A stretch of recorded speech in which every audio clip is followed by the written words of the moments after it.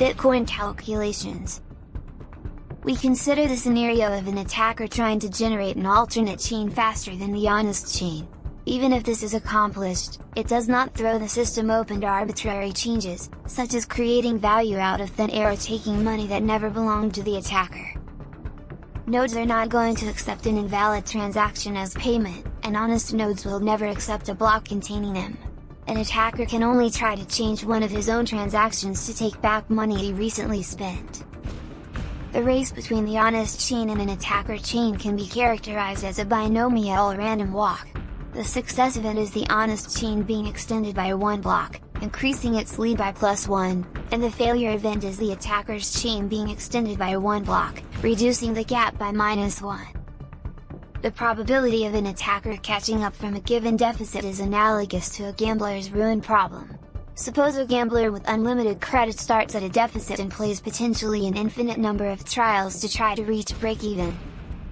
We can calculate the probability he ever reaches break-even, or that an attacker ever catches up with the honest chain, as follows. Probability an honest node finds the next block, probability the attacker finds the next block, and probability the attacker will ever catch up from Z blocks behind. Given our assumption that the probability drops exponentially as the number of blocks the attacker has to catch up with increases.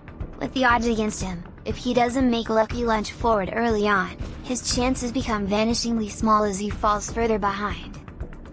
We now consider how long the recipient of a new transaction needs to wait before being sufficiently certain the sender can change the transaction.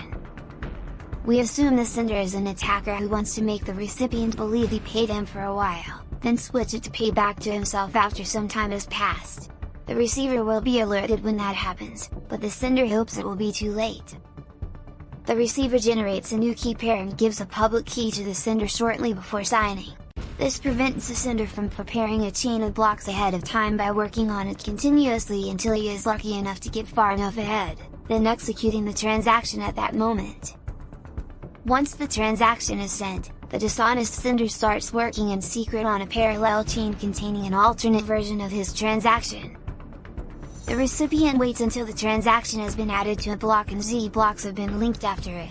He doesn't know the exact amount of progress the attacker has made, but assuming the honest blocks took the average expected time per block, the attacker's potential progress will be a Poisson distribution with expected value.